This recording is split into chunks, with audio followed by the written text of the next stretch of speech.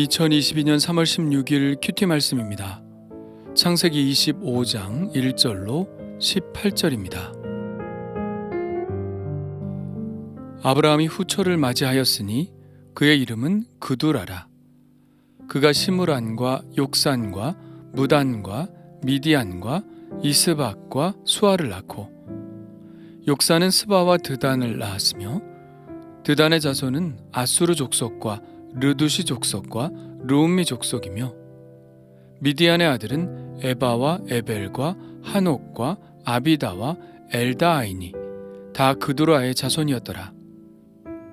아브라함이 이삭에게 자기의 모든 소유를 주었고 자기 서자들에게도 재산을 주어 자기 생전에 그들로 하여금 자기 아들 이삭을 떠나 동방 곧 동쪽 땅으로 가게 하였더라.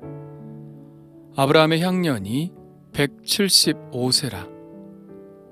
그의 나이가 높고 늙어서 기운이 다하여 죽어 자기 열조에게로 돌아가매, 그의 아들들인 이삭과 이스마엘이 그를 마므레 앞 헷족속 소알의 아들 에브론의 밭에 있는 막벨라 굴에 장사하였으니, 이것은 아브라함이 헷족속에게서 산 밭이라. 아브라함과 그의 아내 사라가 거기 장사되니라. 아브라함이 죽은 후에 하나님이 그의 아들 이삭에게 복을 주셨고, 이삭은 부엘라 헤로이 근처에 거주하였더라. 사라의 여종 애굽인 하갈이 아브라함에게 낳은 아들 이스마엘의 족보는 이러하고, 이스마엘의 아들들의 이름은 그 이름과 그 세대대로 이와 같으니라.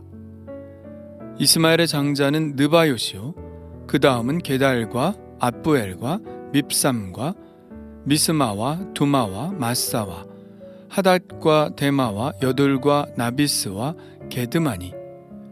이들은 이스마엘의 아들들이요 그 촌과 부락대로 된 이름이며 그 족속대로는 12지도자지였더라. 이스마엘은 향년이 137세에 기운이 다하여 죽어 자기 백성에게로 돌아갔고, 그 자손들은 하윌라에서부터 아수르로 통하는 애굽 앞 술까지 이르러 그 모든 형제의 맞은편에 거주하였더라. 아멘.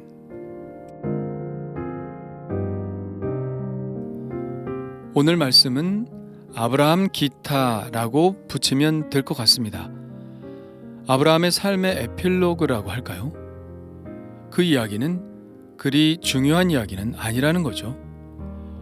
오늘 말씀은 우선 아브라함의 말년의 삶 중에서 그가 낳은 또 다른 자녀들을 언급하고 있습니다. 아브라함은 구두라라는 후처를 얻었는데, 아브라함의 재혼 시기에 대해서는 논란이 많습니다. 가장 자연스러운 것은 사라의 사후라고 보는 견해인데, 사라가 127세에 죽었으니 이때 아브라함의 나이는 137세입니다. 그런데 이때 자녀를 이렇게 많이 낳는 것이 과연 가능할까 하는 의심 때문에 이스마엘을 낳은 직후이거나 이삭을 낳고 사라가 죽기 전 어떤 시점이라고 생각하는 견해도 있습니다. 그러나 이런 논란도 아브라함 기타라는 오늘 주제와 걸맞게 그리 중요한 점은 아니죠. 아브라함의 후처의 이름은 그두라입니다. 그두라는 향을 피우다 라는 뜻인데, 이것은 유향의 땅 아라비아를 생각나게 하는 이름입니다. 아라비아는 아랍 사람들이 사는 땅을 말하죠. 오늘 본문에 나오는 이름들은 모두 아랍의 민족들을 말합니다. 그두라는 6명의 아들을 낳았고, 그중 욕산의 아들과 손자들, 그리고 미디안의 아들들의 이름이 추가되어 나오면서 16명의 이름이 등장합니다. 여기에 있는 이름들은 아랍 민족들을 나타내지만 그들이 그들 민족의 조상들이 된다고 보는 것은 무리가 있습니다. 스바와 드단은 성경에 자주 등장하는 민족의 이름이지만 이 이름들은 이미 창세기 10장에 홍수 이후 계보에 등장하는 이름입니다. 아수르도 10장에 셈의 자손으로 나오죠. 민족의 이름으로 처음 등장하는 이름은 미디안뿐인데, 미디안이 그 다음으로 등장하는 곳은 요셉이 애굽에 팔려갈 때 요셉을 형들에게서 사서 보디발의 집에 팔아넘긴 사람들이 바로 미디안 사람들입니다. 그런데 거기에 보면 요셉을 팔아넘긴 사람이 이스마엘 사람이라고도 나오고 미디안 사람이라고도 나옵니다. 오늘 말씀에 보면 이스마엘 사람은 하갈의 자손이고 미디안 사람은 그두라의 자손인데 거기에서는 같은 민족인 것처럼 나오니 좀 혼란스럽죠. 그런데 이것은 그리 논란이 될 문제는 아닙니다. 냉전 체제가 붕괴되기 전에 동유럽에 속한 나라들을 우리는 모두 그냥 소련 사람이라고 불렸듯이 미디안 사람들이나 이스마엘 사람들이나 모두 같은 지역에 살았고 종사하는 일도 같았기 때문에 그렇게도 부르고 이렇게도 부른 것이죠. 아브라함이 구두라의 아들들을 모두 동방에 살도록 했다고 했습니다. 그 지역이 주로 아랍 사람들이 사는 지역이죠. 18절에 보면 이스마엘 사람들이 살던 지역에 대해서도 언급하고 있는데요. 그 자손들은 하윌라에서부터 아수르로 통하는 애굽 앞 술까지 이르러 그 모든 형제의 맞은편에 거주하였더라. 이렇게 구두라의 자손들이나 하갈의 자손들은 모두 술 광야에서부터 요단강 동쪽 아래 그리고 아라비아 반도의 남쪽 지역에 넓게 분포되어 살았습니다. 그들은 이곳에 살면서 유목 생활을 하고 애굽과 메소포타미아 지역을 오가며 상업 활동을 하며 살았죠. 오늘 말씀을 보면 이스라엘과 아랍 사람들은 사실 같은 친척 관계라고 할 수 있습니다. 아브라함은 그들 모두의 조상이죠. 모두 아브라함의 자손들입니다. 그런데 그들은 전혀 다른 사람들처럼 살고 있습니다. 왜 그럴까요? 그것은 약속의 자녀인 것과 아닌 것의 차이죠. 아브라함은 단순하게 자기 자녀이면 다 하나님의 약속 안에 있는 줄 알았습니다. 그러나 하나님은 그것이 아님을 분명히 하셨죠. 아브라함이 이스마엘이나 하나님 앞에 살기를 원하나이다 라고 했을 때 하나님은 단호하게 말씀하셨습니다. 아니라 내 아내 사라가 내게 아들을 낳으리니 내가 그와 내 언약을 세우리니 그의 후손에게 영원한 언약이 되리라. 그래서 우리는 혈통을 따라가는 삶이 아니라 약속을 따라가는 사람이 되어야 합니다. 그렇다고 해서 이스라엘만 높이고 아랍 민족들을 경시하자는 것은 아닙니다. 하나님은 이스마엘 자손들에 대해서도 나름대로의 복을 약속하셨죠. 내가 그에게 복을 주어 그를 매우 크게 생육하고 번성하게 할지라. 그가 12두령을 낳으리니 내가 그를 큰 나라가 되게 하려니와. 그러나 내 언약은 사라가 내게 낳을 이삭과 세우리라고 말씀하셨습니다. 그러나 그런 이스라엘도 끝까지 이 약속을 쫓아가지는 못했죠. 그들은 약속을 붙든 것이 아니라 혈통을 붙들기 시작했습니다. 유대인들만 구원의 자녀요, 이방인들은 하나님 밖에 있는 외인, 야만인이었죠. 그러나 그들이 혈통만을 따라가고 있을 때 예수 그리스도를 통한 약속을 붙든 사람들이 있었습니다. 그들이 바로 그리스도인들이죠. 성경은 이것에 관해 이렇게 말씀합니다. 영접하는 자, 곧 그 이름을 믿는 자들에게는 하나님의 자녀가 되는 권세를 주셨으니 이는 혈통으로나 육정으로나 사람의 뜻으로 나지 아니하고 오직 하나님께로부터 난 자들이니라. 혈통이 아니라 예수 그리스도를 통해 주시는 약속을 믿는 자들이 하나님의 자녀의 권세를 이어가게 된 것이죠. 그두라의 자손들의 이름과 함께 하갈이 낳은 이스마엘의 후손의 이름들이 12절부터 등장합니다. 앞서 이스마엘에게 주신 하나님의 약속대로 이스마엘은 12명의 아들들을 낳죠. 이들은 아랍 민족의 두령들이 됩니다. 그러나 딱 거기까지였죠. 이스마엘의 후손들은 더 이상 성경에 등장하지 않습니다. 가끔 나오긴 하지만 약속의 자녀들인 이스라엘 사람들의 역사의 주변부에 머물게 되죠. 이제부터 이어가는 것은 바로 약속의 자녀인 이삭으로부터 이어지는 포스트 아브라함의 시대입니다.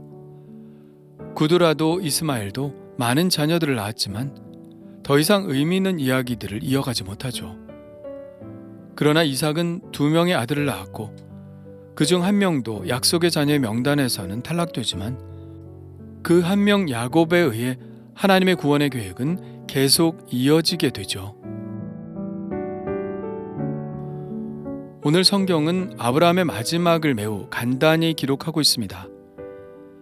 아브라함의 향년이 175세라 그의 나이가 높고 늙어서 기운이 다하여 죽어 자기 열조에게로 돌아가매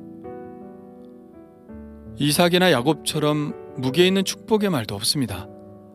그냥 나이가 되어 늙어서 죽었다는 간단한 기사만 났을 뿐이죠. 천하의 아브라함의 죽음치고 너무 단순하죠. 그런데 한편 생각해보면 우리가 아브라함 하는데 과연 아브라함이 한 일이 무엇인가 하는 생각이 듭니다.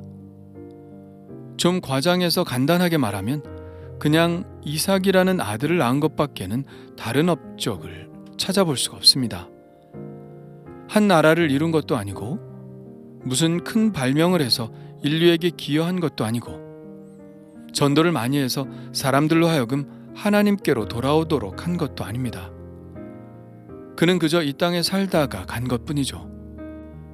이리저리 돌아다니면서 살다가 늙어서 죽은 것밖에는 없습니다. 과연 이런 인물을 이렇게 높이는 것이 옳은가 하는 생각이 드는 것도 사실입니다. 그러나 저는 한편 이것이 아브라함의 위대성이라고 생각합니다. 그는 그저 하나님이 가라 하면 가고 서라 하면 섰던 사람이죠. 그 자신만의 큰 욕심을 가지고 하나님께 구한 것은 하나도 없습니다. 그저 하나님을 신뢰하고 하나님이 하라는 대로만 하는 사람이었죠. 때로는 연약함 때문에 비겁하기도 했고 때로는 다른 사람들 앞에 머리를 숙여야 했던 우리 평범한 사람들의 삶과 그리 다르지 않은 삶을 산 사람이었지만 그의 중심에는 항상 하나님이 있었습니다. 그의 마음속에는 자신의 욕망이 아니라 오직 하나님이 이루시고자 하는 그 목적에 자신의 삶이 쓰인다는 것 하나에 큰 만족을 하는 사람이었습니다. 사람들이 뭐라고 하던 말던 사람들이 사는 방식을 따라 살지 않고 오직 하나님만을 바라보며 산 사람이었죠. 때로는 삶이 지루해도 뭔가 하나님의 특별한 지시가 없었어도 그는 조바심을 낸다거나 하지 않고 그저 하나님이 또 다른 말씀이 있으실 때까지 주어진 삶을 살아갔습니다. 때때로 우리는 유혹을 받습니다. 위대한 사람이 되고자 하는 유혹이죠. 많은 인기를 얻고 명예를 얻고 사람들이 우러러보는 상상을 하기도 합니다. 그래서 현실이 만족스럽지 못하고 하나님은 왜 나를 도와주시지 않느냐고 원망하기도 하죠. 그런데 과연 삶이 그런 것일까요?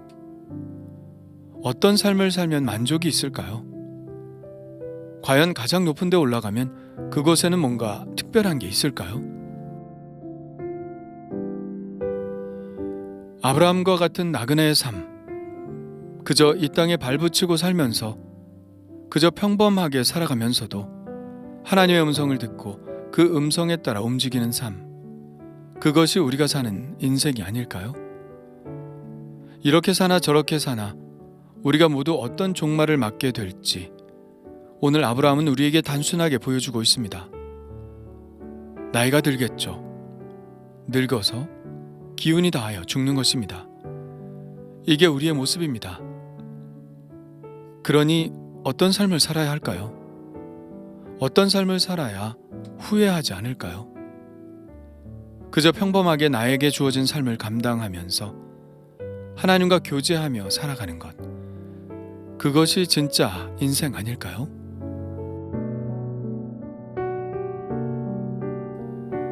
주님 감사합니다. 생각해보면 아브라함은 평범한 인생을 산 것처럼 보입니다. 그러나 그 인생이 하나님의 손에 붙잡혀 있었기 때문에 평범하지만 위대한 인생이 되었습니다. 아무리 화려하게 산 사람도, 애굽의 왕도, 아비멜렉도, 소돔의 왕들도 하나님께 의미가 없는 인생이라면 허무한 인생일 수밖에 없습니다.